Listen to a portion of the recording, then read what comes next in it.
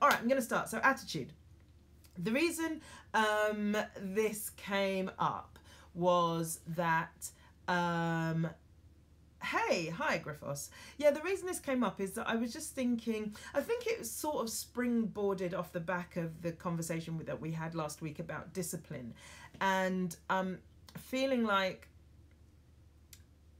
there's more to it than just the discipline side of things. I think what I was feeling was I'm sort of edging towards, I really want to be able to say some things here that might transform people's creative lives, in the sense that the things that have been lingering in the background of things that you want to get done, or even just in your regular life, things that you really want to get done, things that you really want to change, that you feel like you're empowered to do it, but not from a motivational speaker perspective. Because I think our idea of motivation is that when I feel right about doing this thing, then I'll do it, then I'll be able to do it.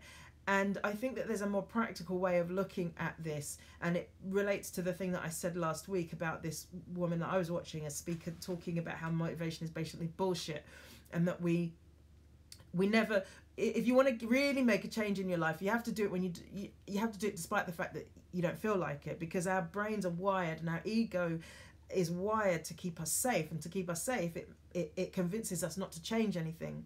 Whereas when you want to bring in something new, some change, it means that you have to change things, and change is uncomfortable, and the ego creates this discomfort to make you not change. So I wanna give a more practical outlook on what it means to create the things that you want in your life, and that involves some upheaval, some pain, some discomfort, but ultimately it gets you where you want to get to. So what I would like to do is offer the support for you to be able to get where you really truly want to get to, and maybe also distinguish between what's kind of a pipe dream or on a wish list and what's real, because a lot of times, and I have them as well, is like things that I'm thinking, oh, it'd be really nice to do that, it'd be nice, oh, I really fancy that. And even sometimes people say it with even more conviction than that, but really they're not real about it. Hey Asha, Angel, Carly and Nick, welcome. So literally just started. I'm just giving a bit of context of this topic this week of attitude, and saying how I want to present a more practical kind of way of supporting people to really make the changes that they want to make in their lives, or in their creative lives.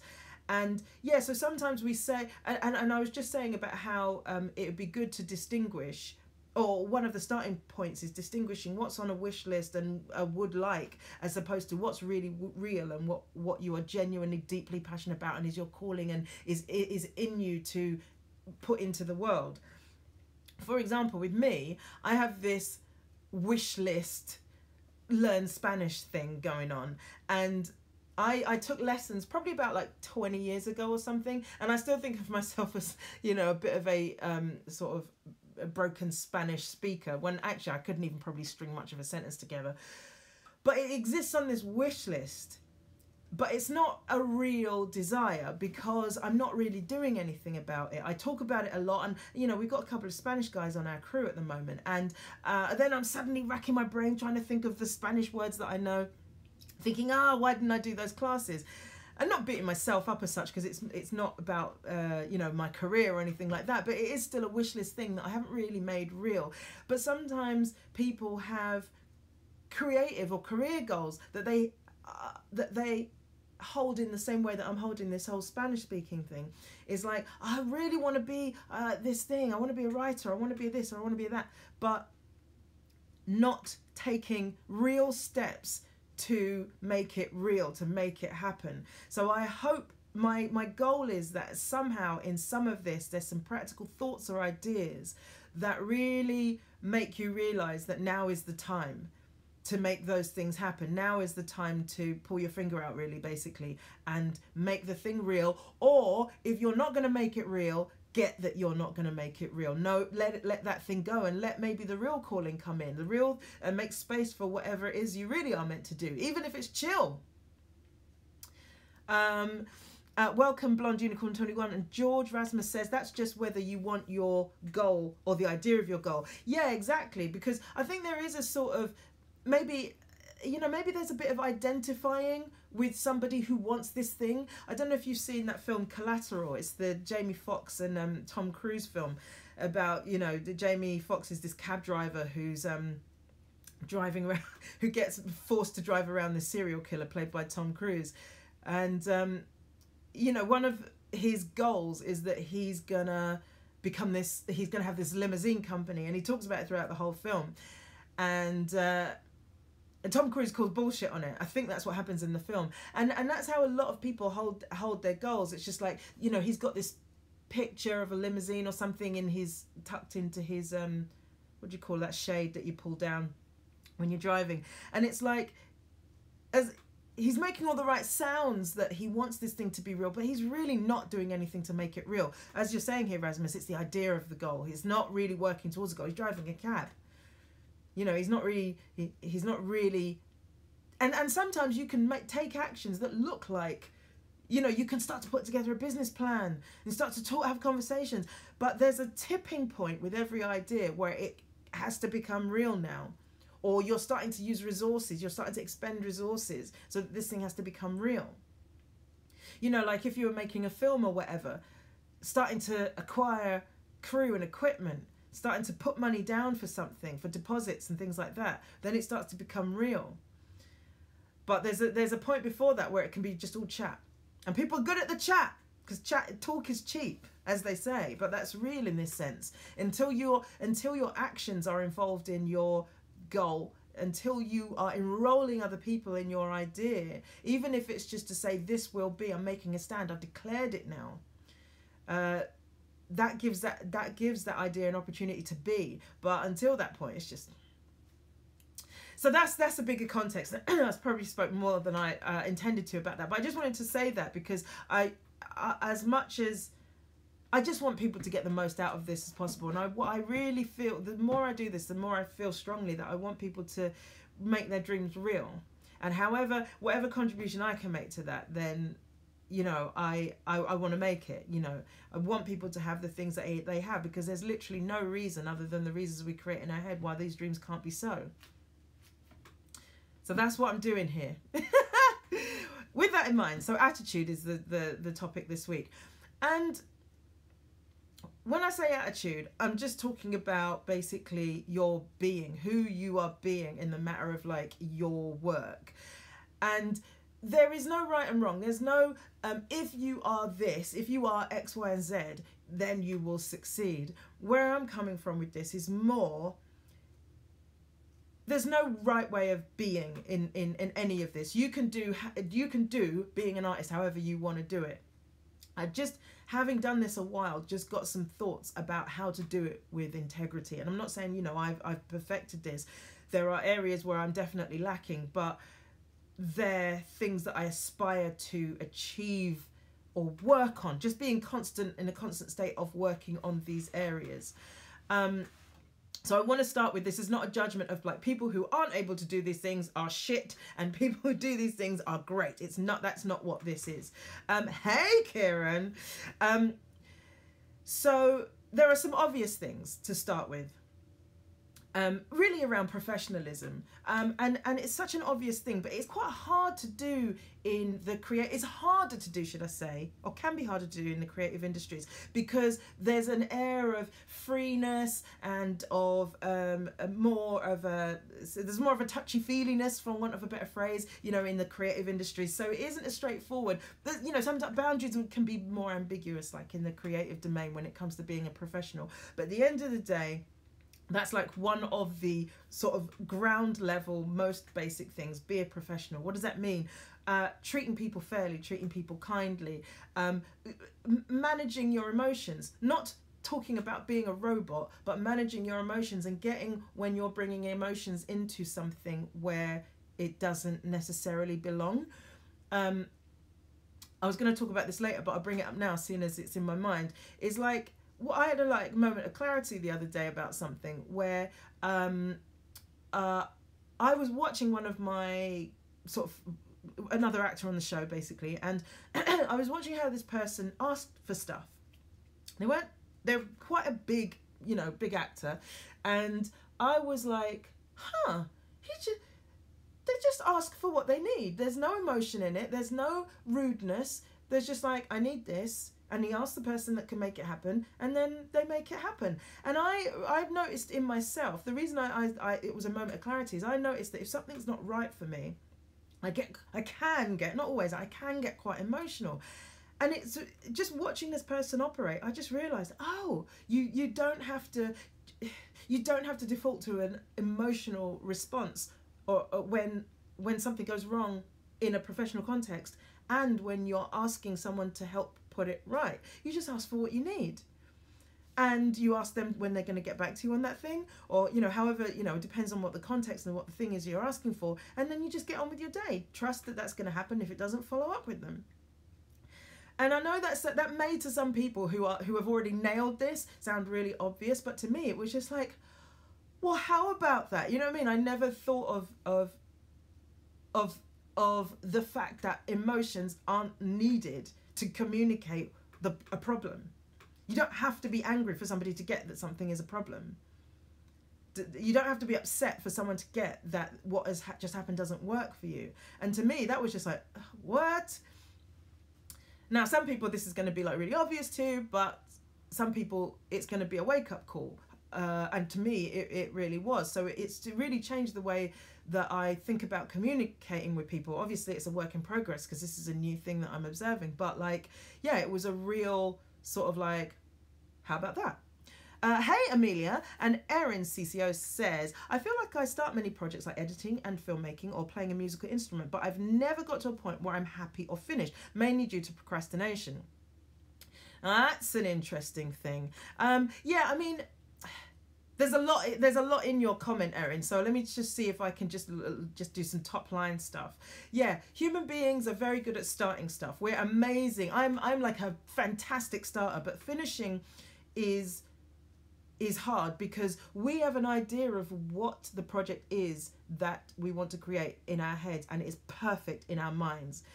And as soon as you start to commit it to celluloid, to tape, to digital, to a canvas, to a piece of paper, whatever, it becomes a solid thing, a real thing, and it becomes not what we imagined, or it can become not what we imagined. So if that also makes finishing very hard, and we might put off that process by procrastinating. You have to, the only thing I can offer in that area is get the cost of your procrastination. When you get the cost of the things that are getting you further and further away from the thing you want, you will stop doing them. But at the moment, you're getting something from the procrastination, and the thing you're probably getting is being able to hold on to the perfect idea of your thing. Because if it's not finished, then you can always default back to the finished version, which exists in your mind. But as soon as you finish something, then that's the thing. That is it. That's what you've created. But if you are able to push through that, and know, one of the things that I really am wrapping my head around, because I'm writing a book at the moment, is trusting your ability to edit. Because the first version of something is going to be a bit of a mess. It's going to be a bit of a shit show. I think most creators would agree with that. However, you have an idea of where you want to get to. The mess was not what you wanted to get to. The mess is just you throwing the clay onto the sculpting board or whatever you call it and starting the process. And when you do the first manifestation of whatever it is you're creating, it will be a bit of a mess, but you know that you can go back and start to refine and just go, oh, that was supposed to look like that, that was supposed to look like that, that's supposed to be a nose, it doesn't look like a nose right now. And you keep going and you keep going until it gets close to the vision that you have in your mind's eye. So in short, the cost of procrastination is what you need to get present to. The fact that nothing will exist if you let procrastination get in the way of the things that you really want to bring into being, if that helps. Bron Hamilton, welcome. Kieran's given me emoji with the hearts. Thank you. Griffos says, desire. I'm wanting to be a popular YouTuber and it's not happening at the minute, but I will not give up. I mean, that's the attitude, isn't it? That's exactly it. That's another thing that I was going to come to, is just mental toughness of just like not taking no for an answer and not settling. I've literally written, don't settle. Because at the end of the day, we are in an environment, we're in an industry where there isn't a set path, there isn't a timeline that everyone can follow, knowing that it's going to work out. And whatever you choose to go in, you may get nowhere, or you may get to the very top, whatever you consider to be the top of the tree. And there's no guarantee of where in that sort of pecking order or whatever you're going to land. But so all you've got on your side is the mental toughness and the commitment to just keep going and keep your goal in your mind's eye and do everything you can to realize that until maybe you've had enough, or you get where you want to get to, or you choose something else. It's madness in a way, but it's a beautiful madness. Erin says, that's so true. I really appreciate that. Fantastic. Confabulations Galore says, yeah, we need to be resilient. Yeah, resilience is absolutely sort of one of the, again, it's probably on the, I should put it on the obvious list of things that creatives need to be able to weather this this industry. Their industry is a resilience, but there's there needs to be a softness to it as well, because if you become hardened or cynical, then you've really checked yourself out of the game. You're doing something else. You're doing something else with your artistry. If you start, it's so hard. Yeah, you have to just be. You have to have a grace about the whole thing. And, you know, we do get taken by jealousy and resentments and things like that. But ultimately, where we've got to end up with is a big open heart, open to the possibility of whatever may come and however it shows up, rather than having this idea of what we think being a creative should be. Andrew's just joined the conversation. Welcome. And Varushka, good to see you back. Hey, welcome, welcome. Andrew says, howdy, y'all. And Erin says, I think it's kind of hitting me because I have exams in 2 weeks and it feels like the first thing I've finished in a while. Congrats. Well, that's good. That's good. Then enjoy that feeling of what it feels like to finish it, and just know that you can have that feeling again. It's going to be a bit of sadness, a bit of grief. You know, that maybe the thing that you had in your mind is dead now because this thing now exists. But there's a joy because this thing now exists. G-Unique's joined. Welcome. And Confabulation Galore says, good luck, Erin. And Peely has joined us. Welcome, Peely. Obvious ones. Be professional. Do your job. And by which I mean, do your job and don't do any more and don't do any less. I'm not talking about being lazy or being a job's worth. That's a different thing entirely. Yeah, it's different. What I'm talking about is do what's required of you. Do it with an openness and a joy. But don't encroach on other people's remits as well, because especially if you're working in a team, if you uninvited start to encroach on other people's responsibilities or areas, you're going to piss them off, because they came to do their job and they might love their job and want to enjoy those aspects of their job, but you're encroaching, going, oh, I'll do that. You just stick to your lane. And if you're invited to get involved in somebody else's area, then obviously do that, but do what you're hired to do, and do it 100%. Do it with all excellence you have available. Do it to your very best ability.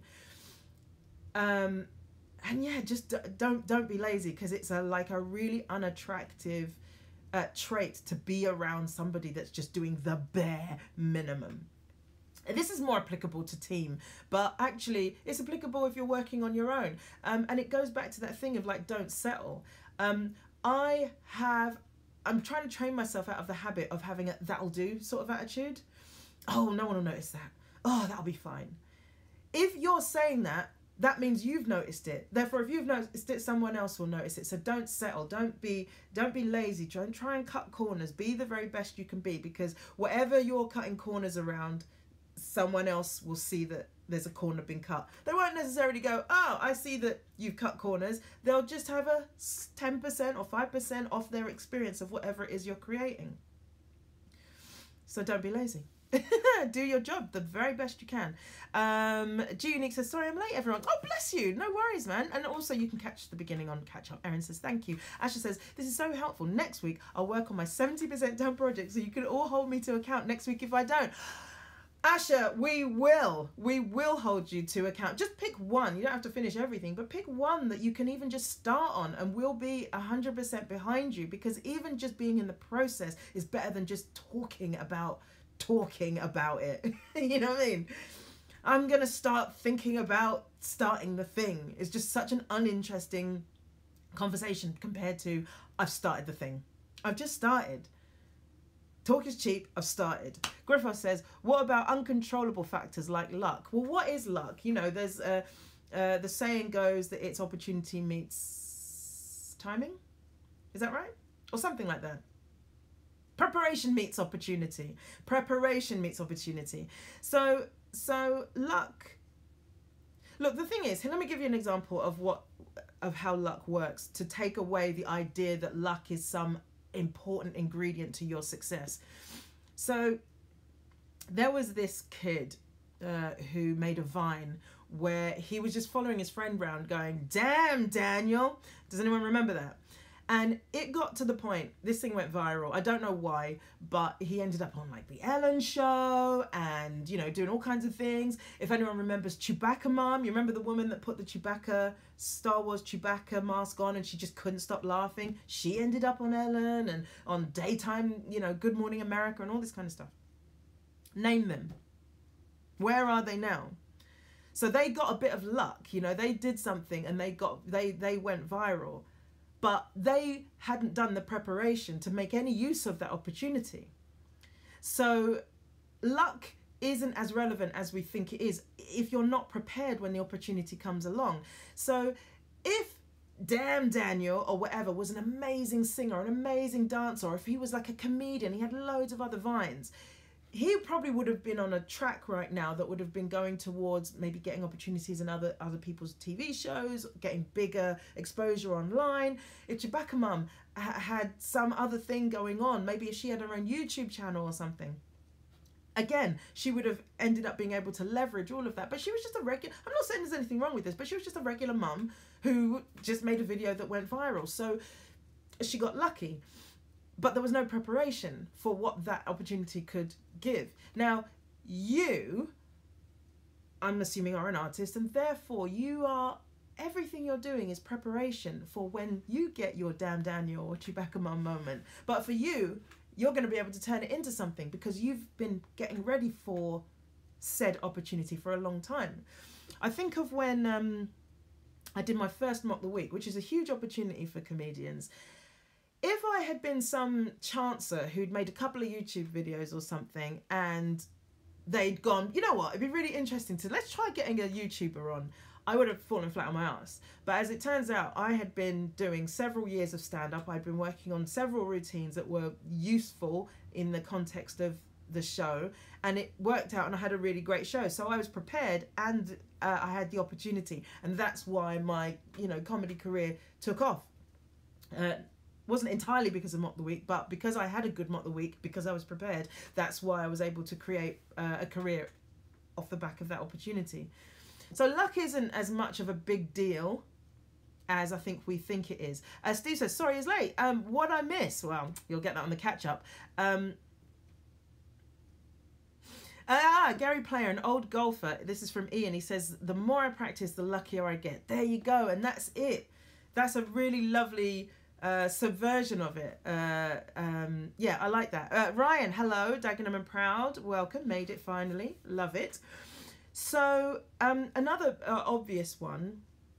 Ryan says, being prepared helps in achieving your goals. I feel correct. I absolutely, I mean, preparation, i.e. training, i.e. practice, is vital because, as I've said in previous weeks, natural talent or aptitude will only get you so far. Usain Bolt hates training, but he still does it because he knows that Jason Gatlin is right behind him, figuratively and literally sometimes. And if he doesn't get his training in, he will not be the number one.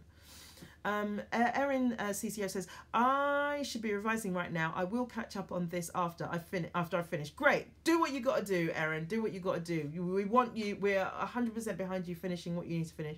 So come back to this whenever you need to. Roddy O'Grady, welcome. So another obvious one, or maybe not so obvious, depending on where you are at with this all, is to get to know the business side of your industry. Now this, I'm not going to say is a must, because I know some people it is just a mind melt to wrap their heads around how the business works. Personally, I find it very interesting up until a point. I think we've probably all got our level of like, I'm out, I don't want to know about that. But just understanding some of the mechanics of your industry will give you some understanding of where you fit into it, and it will also give you some empathy for other people, other people's disciplines and areas of expertise. I think that's all I want to say about that, because it's the business side. I've got lots of be this, be that, so I'm just going to rattle through them because I think they're all kind of all relate to each other in a way. So I might say a little bit off the back of each one, but I'm just going to sort of, I've got sort of, how many, about 5 or 6 of them, maybe 7, maybe 8. Amelia says, I have been trying for round the Isle of Wight race for 6 months now. It has been absolutely grilling, but I am heading for a winning outcome. This is amazing. That's exactly what I'm talking about, is you just have to keep going. And in the keeping going, it's not necessarily pleasant, but the exhilaration of achieving and then being able to look back on where you've started and where you've got to is just amazing. Like, you know, even when I just edit like little videos, like you start with all these like disparate parts. I don't know if you've seen those videos that I stick on my story sometimes. I do them in like downtime when I'm filming, and then you start with all these disparate parts, and then at the end of it you've got a really awesome little video that you just threw together. But that sense of achievement is great, and that's only over the course of an hour or so. Imagine if you've like Amelia's been doing training for 6 months for something, and now she's heading for a winning outcome. That's amazing. Steve says, how do you feel about people who get their lucky break on reality shows while people like you grafting away for years? Well, you know, it is hard when you see someone circumnavigate the whole system, but really, I don't mind, because everyone's got their own path, everyone's got their own trajectory, and the people who some people might consider me to have circumnavigated some stuff, because I didn't do years and years and years on the circuit before I started to get a break on TV. And people might say, well, quietly amongst themselves, they'll say I got those opportunities because I'm black and I'm a woman, and there's not many black women on TV. So I think, you know, to a degree we're all circumnavigating something or other, and there's always going to be someone that's been grafting longer than you, and there's always going to be someone that comes in and seems to get away quicker. I'm really grateful of all the things that I've been through to get here. I wouldn't necessarily want to have planned to go through all this stuff. You know, I was talking to my mum the other day just about how if somebody had said to me when I'd started acting, like 2003, if somebody had said, you know, it's going to take you 15 years before you get a lead role in something, I'd have been like, maybe I'll stick to post-production. So, you know, I'm grateful of the journey, but you never know it's going to take that long. But what I'm saying is I don't mind if that's the route that people get in. And who's to say just because they came through reality TV that they're not talented? There was a point where I was considering, this is like way before I started acting, but I considered going into the Big Brother house, and I had this whole game plan for how I was going to play it. I was going to, however well I did, I was going to start a stand-up comedy course off the back of it, and stand-up comedy career, sorry, off the back of it, because I was going to start gigging. So, you know, I'm not a fan of reality TV. I don't watch it, but I don't begrudge people who go that route, because sometimes creatives who are looking for some way in use avenues in that aren't necessarily the most creatively fulfilling, but really they're just trying to get to a place that is creatively fulfilling, and that's the endpoint that they use.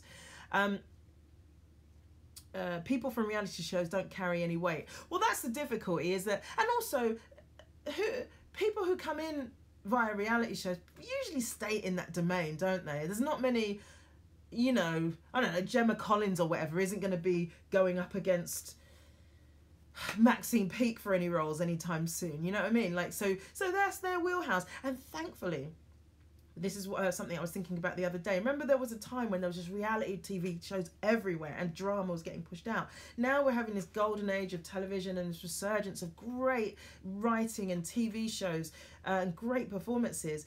The balance is shifting again, and reality doesn't seem to quite have the same standing that it did maybe 5 or 10 years ago. So actually, ultimately, I think things are balancing back into a more fair way in terms of the amount of effort and work that goes into creating a drama against making an episode of The Only Way is Essex.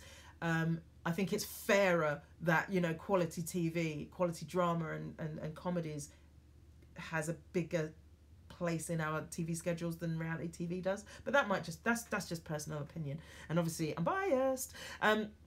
Jakim says, one of those videos made me freak out, scary stuff. That delights me. I'm sorry to say, Joachim, that delights me. If you want to see that video, it's I think it's in one of my story highlights called Behind the Scenes Films or something like that. Lucas Browski joins. Hello. Peely says, you deserve your success, Andy, and I know how hard you've grafted for years. Oh, bless you. Thank you, Peely. That's really kind. And Philip has joined us. All right, Phil. So I'm going to rattle through these B's. Now, look, I should say as a caveat, none of these are essential. They're your choice. Pick and choose what you want. Pick all of them. Pick none of them. Pick some of them to bring into your creative life. I'm just throwing out some ideas. None of this is prescriptive. None of this is me saying you have to do this, otherwise it's not going to work out for you. This is all just ideas I've had over the 20 odd years that I've been in the industry. And so I say this: be available. Like, be open, have your heart open, but protected, not to the point where people can abuse you or whatever, but be available. For example, like when you're getting notes and critiques, there's a way of being where you can receive the note and not necessarily always agree with the note, but not feel like you're a difficult person to work with. Not being precious about your work so that people can't make a contribution to you. I remember someone that I used to be friends with, and she had written this article, and it was a really, really good article. And as I was reading it, I said, "Oh, you know, you could say that in that line," and she just went so. It was like watching oil suddenly become lard, you know, like really quickly, like in terms of how she just. So I was like, okay, all right, I'll never make a contribution again. I'll just keep my mouth shut. So there's some people who can hear a contribution and just go with it, just flow with it. And some people who can't. And I guess what I'm saying is be the sort of person that can hear a suggestion, and even if it's from someone who's not educated in terms of how the industry works. So sometimes, you know, you have your friends watch stuff you've made and go, or watch stuff you've created or experience stuff you've created and go, oh, I didn't get that bit where blah blah blah. Just take it. You know, they're just telling you their truth, and it doesn't mean that you have to change your whole work outlook or you know change your work even because of that. You can just let it be in the background and just like decide, do I want to take that on or do I not? I don't. Okay, move on. But you know, you can do that with a grace that means that they don't feel bad for trying to contribute to you. And then in a professional context, what you don't want is for people to feel like you can't say anything to them because they're very sensitive about it. The more work you produce, the less sensitive you'll probably be about it. When you've only got one script or one thing, you're obviously going to be more precious about that because it's all you've got. But if you get that you're the source of this creativity and the things that you produce are just the product, they're not you, then you are much more able to be objective about when people critique them, because it's just like, okay, cool, got it, but I'm gonna be making more stuff, you know. So be available, be disciplined. I mean, I'm not going to say any more on that because I did a whole hour on that on that last week, but be disciplined. Bring in some discipline to what you do. You are the sum total of your habits, your choices, your rituals. And I was listening to a Tony Robbins thing, and he was like, you may not call them rituals, but your rituals are you. So every choice you make that you habitually do is you. Every time you have the Starbucks coffee with the cream and the that's you. This is an example he was using. And then you can see a result of your ritual is a few extra pounds because you're drinking that coffee every single day. That's your ritual. So bring in rituals that are about edifying you and getting you closer to the goal that you want to get to, whatever that may look like. I'm not going to say any more on discipline because, like I say, there's a whole thing in that. Be of service. Just see what you do as an opportunity to be of service. And it doesn't mean that you have to do anything differently. It just means that you can think of what you're creating as a contribution to the world. Here we go. This is what I'm offering. Something that came up that I thought of this week as well is particularly when you're working in a team, one of the contributions you can make, especially when it's all going a bit shit, is to be quiet. Know when to speak. Know when your opinion matters. And it's not to say that your opinion is irrelevant if you're not high up the food chain or whatever it may be, but just to know that sometimes being quiet and staying out of it is a huge contribution to a situation. Because we all like our opinions very much, and we all think we know what's best in a situation. But sometimes it is better to leave people empowered to make a difference to a situation, to deal with it, rather than you chipping your oar in every 5 minutes. Sometimes just I'm going to swear then, but I don't think I need to. Sometimes just being quiet is as big a contribution as speaking up. But it's a dance, isn't it? Because sometimes there are times when it isn't vital that you speak up. So it's finding the balance between when is the appropriate time for you to dive in and say what needs to be said, and when is a time to just... Here we go. What we got? G Unique says, that's why I've stopped watching TV. No time for all the reality TV nonsense. Well, I hear you. Steve says, one person's truth is another person's untruth. Again, very true. Ryan says, I like to hear critique of my work or ideas as I feel it can bloom from others' suggestions. In short, don't be an arse. Lol.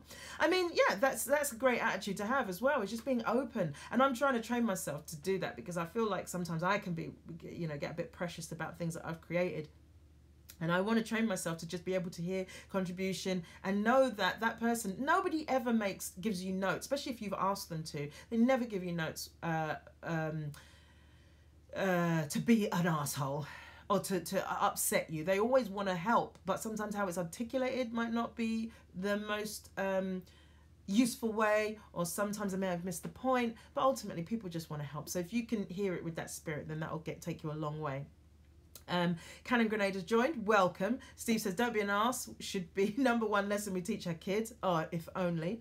And Tony Williams has joined. Welcome. Jakeem says, exactly how it is to be a good leader. Listen, learn, and be respectful. I am 100% with that. And Ryan says, a wise person listens. I think there is wisdom to learning. There is wisdom in just listening and learning that your opinion doesn't necessarily matter in that moment. And it's not that your opinion doesn't matter, but it's just it doesn't matter in that moment. Be of good humour. Now, that is a contribution that you can make. And I think maybe a better way of saying that is be aware of your own emotions. So it's not to say you must be in a good mood every time you're working, especially when you're working with other people. This is more to do with other people. But if something is going on with you, be responsible for how you deal with it. So rather than lashing out because something is happening for you at home, talk to somebody so that there's a little bit of space for what's going on with you, and people can make space for you, and then you can relieve a bit of pressure so that you can be with people in a more professional, less emotional way. And if you are one of those people that can be in a good mood, or even if you can manufacture a good mood just for the sake of being at work without compromising yourself, do that. Don't do it because you don't want people to know how you're really feeling, but do it because that's what you want to contribute to the workplace. Because there is nothing better than being around people that are just consistently in an okay mood. And this isn't to say bad people who are experiencing shit in their lives. You are wrong. That's not what this is saying at all. All I'm saying is if you can, then do. That can be your contribution. People who are experiencing difficulties, yeah, your contribution is going to be something else, and you got stuff that you might need to deal with. So I don't want to impose any way of being on you, but if you can, then do, because it's a contribution that will affect everybody, and it will make the work environment so much better. And actually, even if you work on your own, bring a bit of humour and cheer to that, and it will make the day fly. There's no reason to be in a bad mood if nothing's going on. And if something is going on, you can take care of that as you need to. If you suddenly get taken by a weird mood that comes out of nowhere, just ride it out and don't attach mental meanings to it if you can, or catch yourself attaching mental meanings. Because a lot of times I find, especially, is like if I feel bad, suddenly a bad feeling comes up, it lasts a hell of a lot longer if I start to go, I wonder if it's because of this, or maybe it's because of, yeah, it's because of that, because that happened and that, and then you start to attach meanings, and then the next thing you know, you're really depressed. Whereas if you just go, okay, I'm experiencing some sort of weird, bad feeling, okay, and my mind wants to do something, and then suddenly, before you know it, 5 minutes later, it'll be gone. You allow it to just transform and move on, because all it is like some biochemistry just doing its thing, and maybe off the back of some stimulus that you're not even aware of. But the more you hold on to it, the more it's going to linger, obviously. Ryan says, yeah, some people's interpersonal skills are lacking when trying to portray their suggestions. Word. Steve says, wow, that's a massive insight. It's not that your opinion doesn't matter, it's just that it does not matter in that moment. Yeah, I mean, and that's kind of interesting idea to take on. It's like we all love our opinions, but yeah, just like I said, they're just not always the most helpful thing. And I find myself biting my tongue all the time because, you know, at work I'm just like, that shouldn't be there, that's wrong. But actually, going back to the point I made earlier, let people do their jobs. Most of the things I'm observing are wrong aren't to do even with my job. So I'm training myself to stay out of it. And also, actually, a thought's just occurred, is that if your attention is on how everybody else is doing their job wrong, your attention's not on getting your job right. Am I saying I've so perfectly got my job down that I shouldn't be having my attention on what I've got to do in getting that right? No, I definitely know that's not true. I do have to put my attention on getting my job right. So I need to forget about what everybody else is doing, assume that they're going to do their job right, and put my thoughts into how I'm going to get my job right. Because otherwise, when my end of the bargain falls apart, I've only got myself to blame because I was too busy thinking about what everyone else was doing. Killer Clown's joined the conversation. Welcome, Killer Clown 66. And Ryan says, I smile on the inside. That's the way to do it. You're jibble, I swear. Oh, you're being sarky. Oh, I see. Yeah, but, you know, actually, the other day I was experimenting with just smiling when I felt a weird, like that bad feeling come up. And just see, and sometimes I say to myself, I'm okay, and smile, even if I'm on my own, and it passes. It really does pass because you suddenly are in the present. It brings you back to the present, and you can just go, everything's actually okay. Whatever that weird little bump that just came up was, everything's actually okay. And then everything is okay. It's a really weird, simple thing. Master Raps has joined. Welcome. Andrew says, yay, mindfulness. It really makes a difference if you can catch yourself before becoming embroiled in a negative loop. Oh, absolutely. And Steve says, as you have said before, take your attention off yourself. Yes. Now, in reference, because I was thinking that as I was saying it, so in reference to the point that I just made about my attention being on everybody else, my attention is on what other people are doing, but my attention is actually on my own opinion. So that's how, when you're concerning yourself with everybody else, that's how your attention is actually still on yourself. Putting your attention on the work at hand, at your work at hand, is a way of checking to make sure your contribution into the team effort is going to be on point. Now, that may sound like semantics, bit juju magic, rewording it, but that's how I see the difference between worrying about what everybody else is doing and actually just focusing on the task you have at hand. Well, let them think you're weird, Ryan. Ryan says if I smile at folks at work, they think I'm weird. That's too bad. Yeah, there's too much agreement that being joyful is a strange thing to do. Be empathetic. Get what other people's job functions are and give them a break in terms of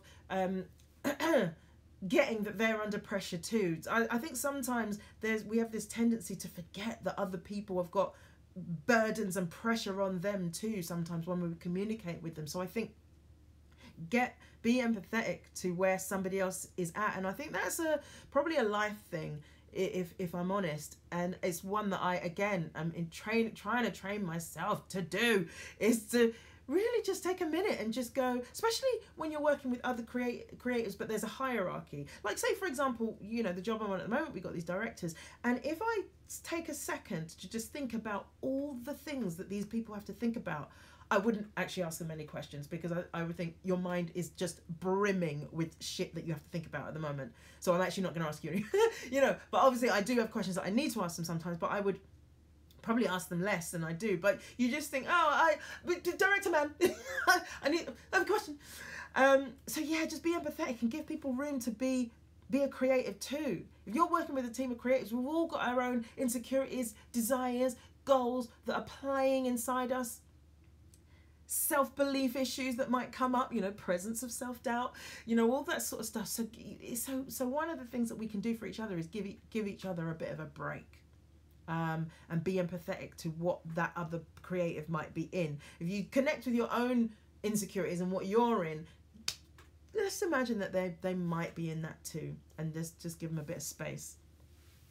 We talked about resilience and mental toughness. Yeah, be tough, have mental toughness, but there's a gentleness and a grace to the mental toughness that a creative has to have, because you need to be resilient enough to be able to take unending rejection, but you need to be gentle enough to be able to access the dream space that your creativity comes from. And that's a skill in its own right, because either you go too far, maybe you swing too far towards the resilience and the toughness, which can bring in maybe a bit of resentment, be an absence of vulnerability, that type of stuff. Or you go too far the other way, and you're getting pushed around by life, and you got no foundation, basically. So you got to find a way of bringing in that mental toughness, but it being like the sea. So like the sea can be incredibly powerful. The sea can destroy literally villages and towns, but water, or sea water, can be very gentle and lapping around your feet and sustain life and all the rest of it. So that's basically, it might be a bit of an airy-fairy sort of example for some people, but that's what you really need to bring in, is to be strong and gentle like the sea. That's what the mental toughness that creatives need. Tom, welcome. Ryan says, I feel it works best to try and connect with them, get on their level, so that you can talk, you can work well with each other. Yeah, absolutely. Oh God, Ewan,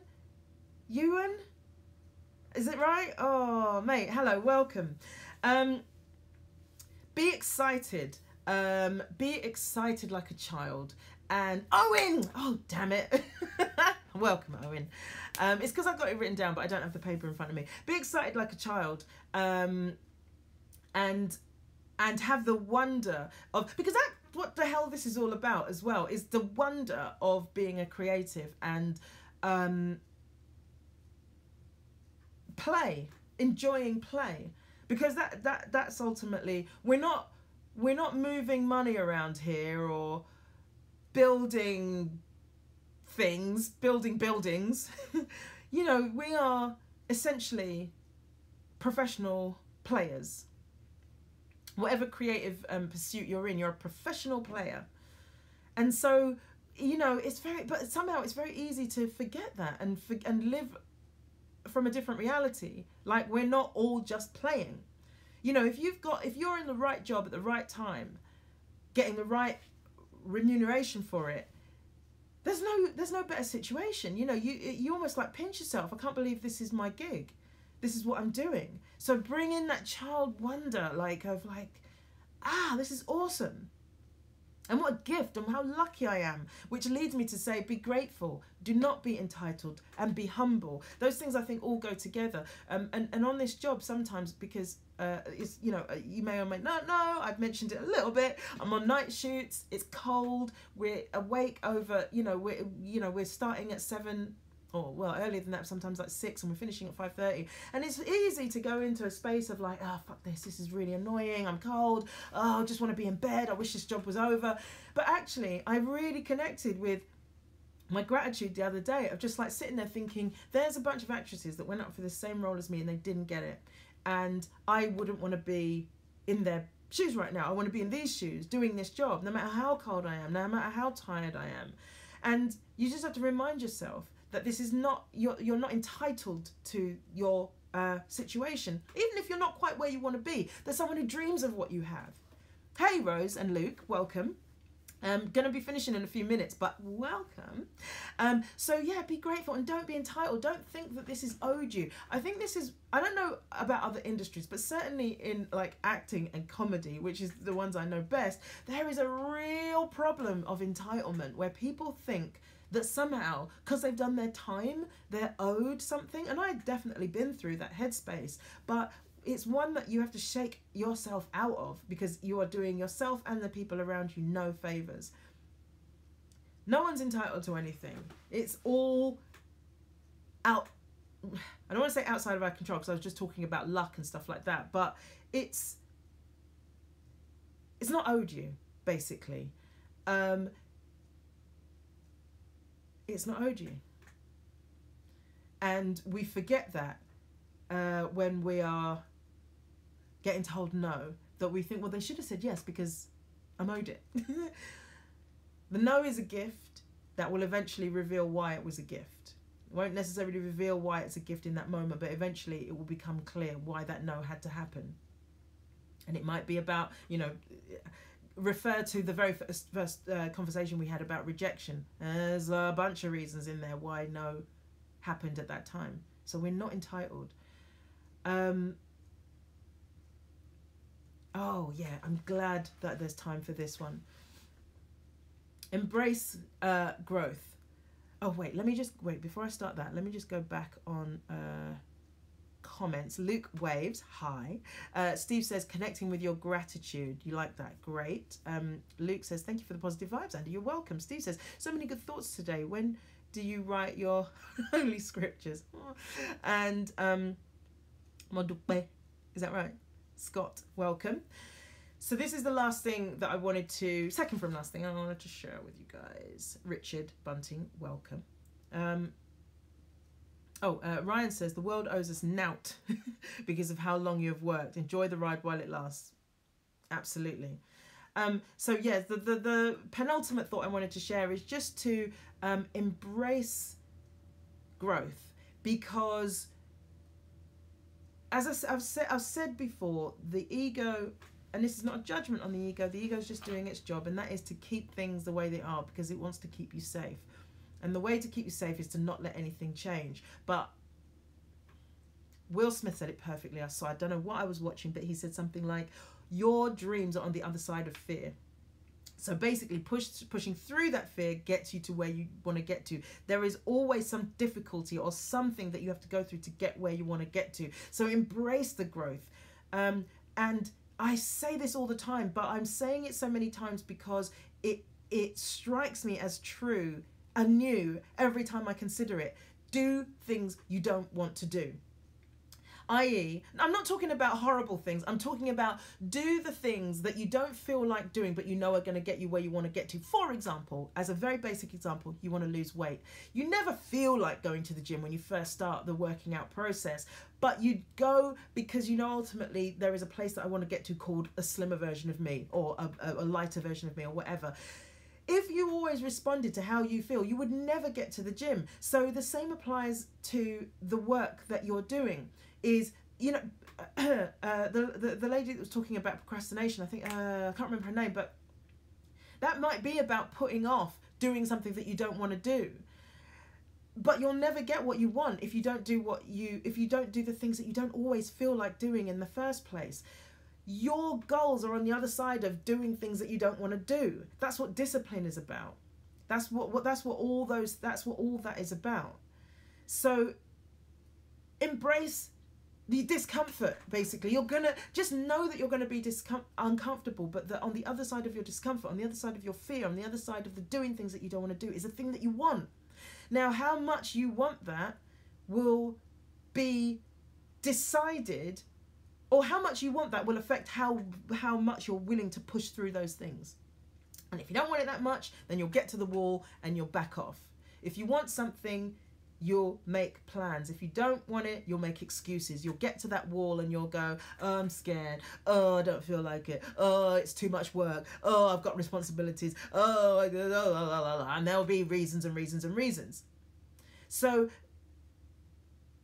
the big difference between people that get shit done and people who don't, who just talk, is that the people that get shit done do it regardless of whether they feel like it or not. And if you've got something that you want, that there's something in your heart and your mind that you're thinking, I want to create this in my life, you have to do things that you're not going to enjoy necessarily, or that are going to feel like hard work. But it's not forever. You graft a little bit and then you will get the thing that you want. Or you will be closer to it. Obviously, I can't guarantee that, but you will be closer to it. And you'll be closer to it than all the people that just talk about it. For sure. And so the last thought, let me just check on your comments. Ryan says, the world, oh no, I've read that one. Okay, so Joaquim says, somehow all you said today made perfect sense, Andy. Amazing that I never thought of these things this way. Amazing, that's brilliant. And Ryan says, I have to go now. Okay, you can catch up on the catch up. Amelia says, as my favourite fish Dory says, just keep swimming. I mean, that's it. Andrew says, have a good one, Ryan. And then Steve says, no one wins a lottery without buying a ticket. Exactly. So you're, the paying for the lottery ticket is the pain, i.e. giving over the money. Putting in the time, making the commitment, putting your money where your mouth is, that type of thing. Luke says, you have no idea how much truth you're speaking about my life right now. Thank you. You're welcome, Luke. Okay. So I'm getting the Instagram countdown. So the last thing I want to say on this matter, attitude, is just go with a lightness. Go with a grace and a lightness into whatever it is you're doing. The hardness isn't necessary. There's no right way of doing this. As I said at the beginning, there's no wrong way. There is just what there is. But if any of this resonates, do it, embrace it, bring it into your creative life, your regular life, with a lightness and a joy. Don't beat yourself up about any of it, because you don't deserve it. You're already doing brilliantly. You're already, even the fact that you are entertaining these thoughts and this conversation, and that you're considering these things in whichever form, not just here, but in your life, is just a wonderful, wonderful thing. And it will make the world a lighter, brighter, better place. So you've already won. Anything else you do on top of this is candy. It's icing on the cake. That's it for this week. I'm going to put this one and last week's up on YouTube, which I haven't done yet. Thank you, as always, you guys, for being here. We had quite a few on today, which was really lovely. And yeah, that's it. I'm just looking at the countdown going, I haven't got anything else to add. But listen, have a wonderful week, and just enjoy yourselves. That's it. I'll see you next week. Bye.